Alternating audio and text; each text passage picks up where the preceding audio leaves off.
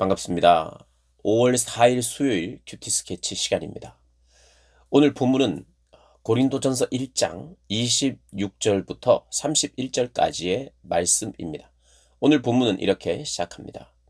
형제들아 너희를 부르심을 보라. 육체를 따라 지혜로운 자가 많지 아니하며 능한 자가 많지 아니하며 문벌 좋은 자가 많지 아니하도다. 그러나 하나님께서 세상에 미련한 것들을 택하사 지혜 있는 자들을 부끄럽게 하려 하시고 세상에 약한 것들을 택하사 강한 것들을 부끄럽게 하려 하시며 하나님께서 세상에 천한 것들과 멸시받는 것들과 없는 것들을 택하사 있는 것들을 패하려 하시느니 이는 아무 육체도 하나님 앞에서 자랑하지 못하게 하려 하심이라. 예, 오늘 본문은 사도 바울이 고린도 성도들을 향하여 아무도 육체로는 자랑할 수 없도록 하나님께서 너희를 부르셨다. 이렇게 이야기를 합니다. 그 이야기의 시작은 이렇죠. 너희를 부르심을 봐라. 너희의 육체를 봐라. 너희의 외모를 보라는 것입니다. 너희가 가진 것을 봐라. 먼저 지혜로운 자가 있긴 있어요. 그러나 많지 않다고 합니다. 부르심을 받은 자들 중에 고린도 교회 성도들을 이야기하겠죠. 능한 자가 많지 아니하며 능력이 있는 자도 많지 않다. 문벌이 좋은 자도 많지 않다. 있긴 있지만 많지 않다는 거예요. 그렇지만 하나님은 뭐 똑똑하고 부자고 뭐 능력 있는 사람을 구원 안 하시는 분이 아니에요. 하나님의 교회에는 여러 계층의 사람, 또 여러 신분의 사람, 어, 다양하게 가난한 사람도 있고 부자도 있고 다양하게 있습니다. 그러나 부자는 없거나 뭐 그런 것은 아니에요. 비록 소수이긴 하지만 있는 거죠. 그러나 하나님께서 세상에 미련한 것들을 택하사 세상이 봤을 때는 미련해 보이고 어, 약해 보이는 사람들 더 많이 택하셨다고 말합니다. 그리고 교회는 그런 약자들이 더 많이 모입니다. 문제가 있고 치료가 필요하고 사랑과 관심이 필요한 자들 그런 자들이 더 하나님의 사랑을 찾아 오는 것이 교회죠. 그러니까 상대적으로 이 고린도 지역에서도 마찬가지입니다.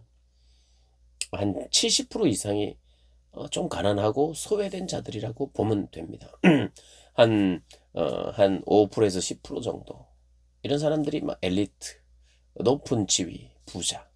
그리고 한 10%에서 20% 정도 되는 사람은 그런 어떤 중산층으로 좀 더 부를 추구하고 뭔가 하려고 했던 그런 사람들이 또 있었다고 우리가 볼 수 있고요. 근데 이제 교회 분위기가 어떻게 됐느냐? 하나님께서는 미련한 자들을 택했고, 약한 것들을 택했고, 그래서 세상에 천하고 멸시받는 것들, 없는 것들을 택하사, 있는 것들을 폐하라 하시나니, 부끄럽게 하신다고 말하는 거예요. 그냥 뭔가 가지고 있고, 배우고 똑똑하면, 부자면 다 부끄러움을 당해야 되냐? 그런 게 아니에요. 이들에게 무엇이 있었냐면, 육체의 자랑이 있었어요. 몇 명 없었는데, 육체를 따라 지혜로운 자, 능한 자, 몇 명 없었는데, 문벌 좋은 자가 몇 명 없었는데, 어떤 교회의 분위기가 문벌이 좋고, 지혜가 있고, 능력이 있고, 세상적인 능력을 추구하면서 교회를 다녔던 사람이 있었던 것 같아요. 그래서 교회에 오면, 교회를 다니면서 사람들 안에 분위기가 능력이 있는 사람이 돼야 된다, 지혜로운 사람이 돼야 된다, 문벌이 좋은 사람이 돼야 된다라고 하는 어떤 그런 방향으로 교회 어떤 분위기가 갔던 것 같아요. 그런데 하나님께서는 어쨌든 이런 천한 사람, 약한 사람을 어, 은혜를 베풀어 주셔서 구원과 의로움에 이르게 되었는데 교회에 와서 사람들이 파가 막 나뉘고 막 지난 어제 그제 이야기처럼 바울파, 게바파 뭐 서로 자랑하는 것이죠. 어, 자랑할 게 없는데 이게 자기를 자랑하기 시작하는 거예요. 자기를 드러내기 시작하는 거예요. 뭔가 겸손함이 나타나지 않고 세상이 추구하려고 하는 그 어떤 능력, 이런 거를 뭔가 이 교회 안에 그 분위기가 비록 내가 능력이 없는 사람, 능력이 있는 사람은 소수인데 능력을 추구하려고 하는 그런 움직임이 있었기 때문에 이게 책망거리인 거예요. 능력이 이미 있는 사람들이, 사회적인 신분이 지혜로운 자들, 지혜를 추구하는 자들, 그런 그리스도인들이 많아서 교회가 그런 것이 아닌 거죠. 일부 아주 소수 사람이 잘못했으면 그 소수만 혼내면 돼요. 뭔가 책망하면 됩니다. 근데 교회 전반적으로 이런 분위기가 일어났다고 밖에 볼 수 없습니다. 하나님의 은혜로 구원을 받았고 하나님의 은혜로 교회가 되었는데, 그래서 나에게는 자랑할 것이 없는데 자랑할 거리를 만들기 시작하는, 세상이 그렇거든요. 자랑할 것들을 만들고, 그래서 능력을 더 보이기를 원하고 능력 있는 사람이 되길 원해서 돈을 추구하는 것, 돈이 있는 사람이 능력 있는 사람이라고 생각하고, 권력 있는 사람이 능력 있는 사람이 생각하고, 또 명예가 있는 사람이 능력 있는 사람이라고 생각하여 그것을 추구하는 그것이 세상이거든요.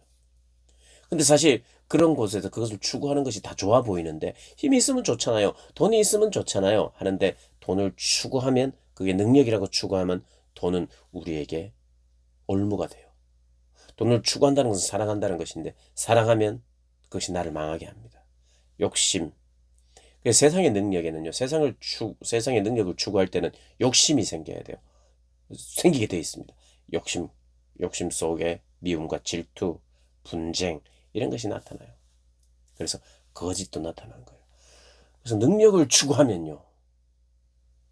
추구하면 거짓이, 분쟁이, 이런 것이 나타나게 돼 있어요. 사람을 학대하려고 하는, 지배하려고 하는 그런 것들이 생깁니다. 그게 세상의 능력이에요.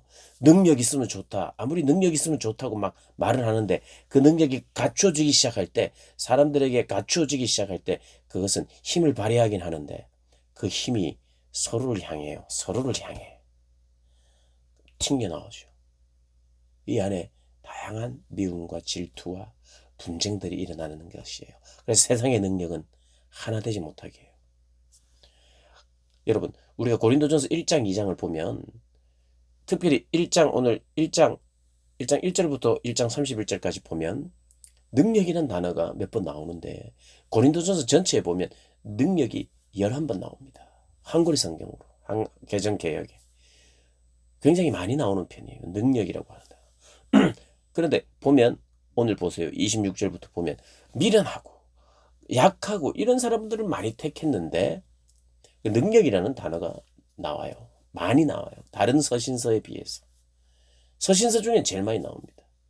그리고 능력이라고 하면, 세상의 능력 이러면, 왜냐하면 능력 있는 사람들 막 이렇게 그 능력 있는 사람들이 많은 곳에서 능력이라는 단어가 성경에서 많이 쓰여질 것 같은데, 그렇지 않고 사복음서에서는 누가복음에 제일 능력이라는 단어가 많이 나오고, 그것도 11번이 나옵니다. 한국 개정 개혁을. 이 가난하고 소외된 자들을 향한 복음이 누가복음이거든요. 가난하고 소외되어 있는 자들 안에 능력이 있다는 것을 또 시사하는 바가 있는 거예요. 이 단어를 쓰는 것이. 하나님의 능력은 세상의 능력과 달라요. 하나님의 능력은 막 혼내는 능력이, 그것만 능력이 아닙니다. 산을 옮기는 그런 능력만 말하는 게 아니에요. 창조하고 막 변하게 하고 물이 포도주가 되게 하고 이런 기적의 능력만 말하는 게 아니에요. 성경은 더 많이 말하고 싶어하고 더 많은 능력이라는 단어를 통해서 우리에게 말하고 싶은 게 있어요. 그것은 바로 십자가와 관계된 능력이에요. 예수님의 지혜예요.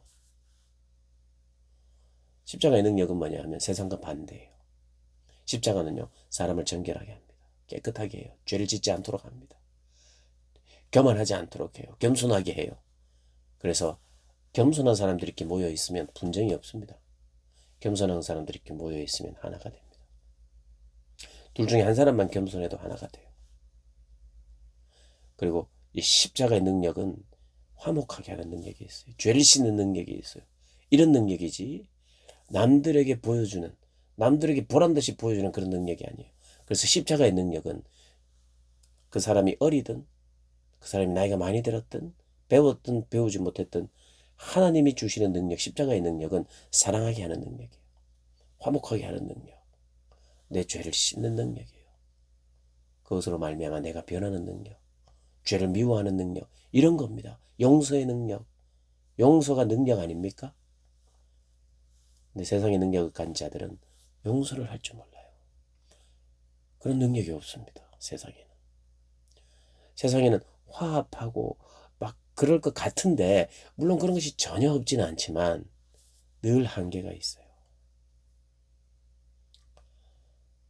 근데 오늘 성경이 우리에게 그것을 이야기하는 것입니다. 세상이 말하는 능력을 너희가 추구하려 하느냐. 오히려 육체를 자랑하지 못하도록 29절에 아무 육체도 하나님 앞에서 자랑하지 못하게 했는데, 30절 너희는 하나님으로부터 나서 그리스도 예수 안에 있고 예수는 하나님으로부터 나와서 우리에게 지혜가 되셨다. 그 지혜가 뭔가? 세상은 해내지 못하는 지혜예요.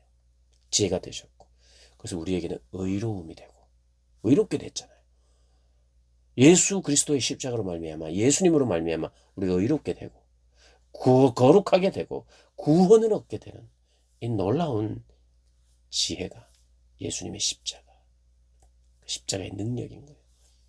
하나님의 능력이라는 것은 세상의 능력보다 더 강해서 그 능력으로 눌러버리는 능력이 아니라 세상에는 흉내낼 수 없는 능력이에요. 오히려 수치스러워 보이는 십자가, 어제도 말씀드렸습니다. 십자가의 수치 같아 보이는 그런 것이 오히려 빛을 발하고 있는 것. 얘를 어떻게, 세상의 능력을 어떻게 하는 것이 아니라 예수님의 지혜는, 예수님의 능력은 그 자체로 빛을 발하시죠. 그래서 기록된 바 자랑하는 자는 주 안에서 자랑하라. 주가 하신 일을 자랑하라. 주 안에서 내가 변한 것을 자랑하라. 주님이 나를 해방시킨 것, 죄에서 해방시킨 것을 자랑하고, 주님이 받은 은혜를 자랑하고, 주 안에서 나의 나 된 것을 자랑하라라고 말하고 있습니다. 세상의 능력과 하나님의 능력의 차이를 구분하시고 하나님의 능력을 부어주십시오. 여러분 어떤 능력 받고 싶으세요? 성경이 오늘 말하고 있는 능력, 화목케 하는 능력, 용서하고 사랑하는 능력, 그 능력 소유하시고 또 부어달라고 기도하시는 여러분들 되시기를 주님의 이름으로 축복합니다.